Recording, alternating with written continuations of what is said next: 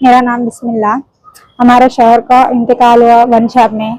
हम एमएलए साहब के पास आए, वन शॉप बंद कराओ बोले तो पुलिस वालों को भी बोले, लेकिन ऐसा कुछ भी टेस्ट दस्त नहीं करे। फिर एमएलए साहब आके उनसे कार्रवाई करे, वन शॉप बंद करा तुम बोल के बोले एमएलए साहब। कुछ ही दिन में बंद हो जाएगा वन शॉप। फिर एमएलए साहब हमारे को भी थोड़ी बहुत मदद कर तुम बोल के भी जिम्मेदारी लिए कर रहे।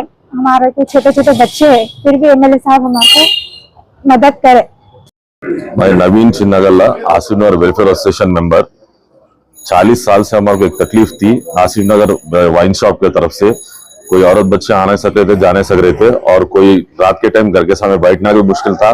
घरों के सामने यूरिनल करना, बोतला पोड़ना, पी के नशे में न्यूसेंस करना हो रहा था वाइन शॉप की तरफ से।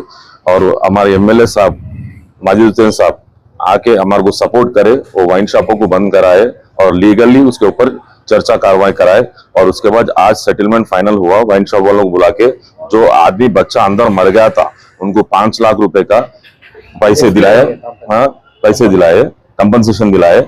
और वो वाइन शॉप को नवंबर मंथ एंडिंग तक फाइनल अग्रीमेंट करे, और नवंबर एंडिंग के बाद में वाइन शॉप क्लोज करने का है।